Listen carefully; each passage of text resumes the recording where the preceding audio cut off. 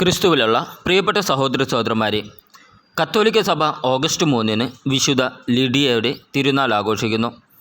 ഗ്രീസിലെ തിയാത്തീര എന്ന നഗരത്തിൽ വസ്തുക്കൾക്ക് വർണ്ണം ചാർത്തുന്ന ജോലിയിൽ ഏർപ്പെട്ടിരുന്ന ഒരു വനിതയാണ് ലിഡിയ.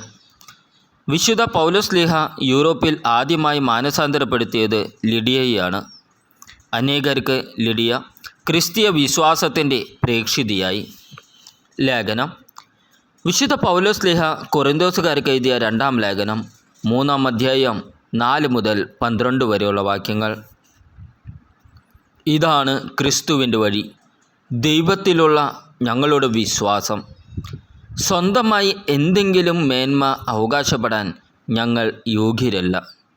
ഞങ്ങളുടെ യോഗ്യത ദൈവത്തിൽ നിന്നാണ്. അവിടുന്ന് ഞങ്ങളെ എഴുതപ്പെട്ട നിയമത്താലല്ല, ആത്മാവിനാൽ പുതിയ ഉടമ്പടിയുടെ ശുശ്രൂഷകരാകാൻ യോഗ്യരാക്കിയിരിക്കുന്നു. എന്തെന്നാൽ എഴുതപ്പെട്ട നിയമം മൃതിപ്പെടുത്തുന്നു, ആത്മാവ് ജീവിപ്പിക്കുന്നു. കൽപ്പലകയിൽ എഴുതപ്പെട്ട മരണത്തിൻ്റെ നിയമം തേജസ്സിലാണ് നൽകപ്പെട്ടത്. ആ തേജസ് മങ്ങിക്കൊണ്ടിരിക്കുമ്പോൾ പോലും ഇസ്രായേൽ ജനത്തിന് നോക്കാനാവാത്ത വിധം മോശയുടെ മുഖത്തെ ജ്വലിപ്പിച്ചു. അങ്ങനെയെങ്കിൽ ആത്മാവിൻ്റെ ശുശ്രൂഷ എത്രയേറെ തേജസ്സുറ്റതായിരിക്കും. എന്തുകൊണ്ടെന്നാൽ ശിക്ഷാവിധിയുടെ ശുശ്രൂഷ തേജോമയമായിരുന്നെങ്കിൽ നീതിയുടെ ശുശ്രൂഷ അതിനേക്കാൾ കൂടുതൽ തേജോമയമായിരിക്കണം. ഒരിക്കൽ പ്രശോഭിച്ചിരുന്നത് അതിനെ അതിശയിക്കുന്ന മറ്റൊരു ശോഭ മൂലം നിഷ്പ്രഭമായി തീർന്നു. മങ്ങിമറഞ്ഞു പോയത് തേജസ്സുള്ളതായിരുന്നെങ്കിൽ നിലനിൽക്കുന്നത് തീർച്ചയായും അതിനേക്കാൾ തേജസ്സുള്ളതായിരിക്കണം. ഈ ദൃശ്യമായ പ്രത്യാശ ഞങ്ങൾക്കുള്ളതുകൊണ്ട് ഞങ്ങൾ ധൈര്യമുള്ളവരാണ്. നമ്മുടെ കർത്താവായ ഈശോ മിശിഹായ്ക്ക് സ്തുതി. ഇന്നത്തെ ദൈവവചനം വിശുദ്ധ ലൂക്കാ എഴുതിയ സുവിശേഷം 15-ാം അധ്യായം 11 മുതൽ 32 വരെയുള്ള വാക്യങ്ങൾ. ധൂർത്തപുത്രൻ്റെ ഉപമ. യേശു പറഞ്ഞു, ഒരു മനുഷ്യന് 2 പുത്രന്മാർ ഉണ്ടായിരുന്നു. ഇളയവൻ പിതാവിനോട് പറഞ്ഞു, പിതാവേ, സ്വത്തിൽ എൻ്റെ ഓഹരി എനിക്ക് തരിക. അവൻ സ്വത്ത് അവർക്കായി ഭാഗിച്ചു. ഏറെ താമസിയാതെ ഇളയ മകൻ എല്ലാം ശേഖരിച്ചുകൊണ്ട് ദൂരദേശത്തേക്ക് പോയി. അവിടെ ധൂർത്തനായി ജീവിച്ച് സ്വത്ത് നശിപ്പിച്ചു കളഞ്ഞു.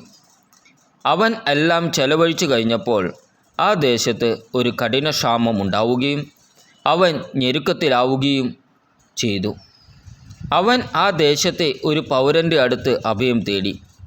അവൻ അവനെ പന്നികളെ മേയ്ക്കാൻ വയലിലേക്ക് അയച്ചു. പന്നി തിന്നിരുന്ന തവിടെങ്കിലും കൊണ്ട് വയറ് നിറയ്ക്കാൻ അവൻ ആശിച്ചു. പക്ഷേ ആരും അവന് കൊടുത്തില്ല. അപ്പോൾ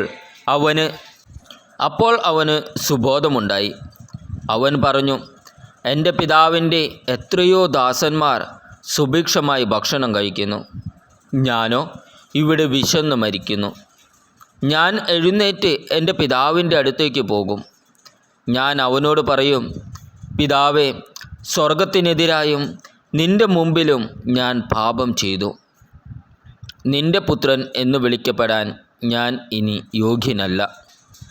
നിൻ്റെ ഈ ദാസരിൽ ഒരുവനായി എന്നെ സ്വീകരിക്കണമേ. അവൻ എഴുന്നേറ്റ് പിതാവിൻ്റെ അടുത്തേക്ക് ചെന്നു. ദൂരെ വച്ച് തന്നെ പിതാവ് അവനെ കണ്ടു. അവൻ മനസ്സലിഞ്ഞ് ഓടിച്ചെന്ന് അവനെ കെട്ടിപ്പിടിച്ച് ചുംബിച്ചു. മകൻ പറഞ്ഞു, പിതാവേ, സ്വർഗത്തിനെതിരായും നിൻ്റെ മുമ്പിലും ഞാൻ പാപം ചെയ്തു. നിൻ്റെ പുത്രൻ എന്ന് വിളിക്കപ്പെടാൻ ഞാൻ ഇനി യോഗ്യനല്ല. പിതാവാകട്ടെ തൻ്റെ ദാസരോട് പറഞ്ഞു, ഉടനെ മേൽത്തരം വസ്ത്രം കൊണ്ടുവന്ന് ഇവനെ ധരിപ്പിക്കുവിൻ. ഇവൻ്റെ കയ്യിൽ മോതിരവും കാലിൽ ചെരുപ്പും അണിയിക്കുവിൻ. കൊഴുത്ത കാളക്കുട്ടിയെ കൊണ്ടുവന്ന് കൊല്ലുവിൻ. നമുക്ക് ഭക്ഷിച്ച് ആഹ്ലാദിക്കാം. എൻ്റെ ഈ മകൻ മൃതനായിരുന്നു, അവനിതാ വീണ്ടും ജീവിക്കുന്നു. അവൻ നഷ്ടപ്പെട്ടിരുന്നു, ഇപ്പോൾ വീണ്ടു കിട്ടിയിരിക്കുന്നു. അവർ ആഹ്ലാദിക്കാൻ തുടങ്ങി. അവൻ്റെ മൂത്ത മകൻ വയലിലായിരുന്നു. അവൻ തിരിച്ചു വരുമ്പോൾ വീടിനടുത്തു വച്ച് സംഗീതത്തിൻ്റെയും നൃത്തത്തിൻ്റെയും ശബ്ദം കേട്ടു. അവൻ ഒരു വേലക്കാരനെ വിളിച്ച് കാര്യം തിരക്കി. വേലക്കാരൻ പറഞ്ഞു, നിന്റെ സഹോദരൻ തിരിച്ചു വന്നിരിക്കുന്നു. അവന് സസുഖം തിരിച്ചു കിട്ടിയതുകൊണ്ട് നിന്റെ പിതാവ് കൊഴുത്ത കാളക്കുട്ടിയെ കൊന്നിരിക്കുന്നു. അവൻ കോപിച്ച് അകത്ത് കയറാൻ വിസമ്മതിച്ചു. പിതാവ് പുറത്തു വന്ന് അവനോട് സാന്ത്വനങ്ങൾ പറഞ്ഞു. എന്നാൽ അവൻ പിതാവിനോട് പറഞ്ഞു, നോക്കൂ, എത്ര വർഷമായി ഞാൻ നിനക്ക് ദാസ്യവേല ചെയ്യുന്നു. ഒരിക്കലും നിന്റെ കൽപ്പന ഞാൻ ലംഘിച്ചിട്ടില്ല. എങ്കിലും എൻ്റെ കൂട്ടുകാരോടൊത്ത് ആഹ്ലാദിക്കാൻ ഒരു ആട്ടിൻകുട്ടിയെപ്പോലും നീ എനിക്ക് തന്നില്ല.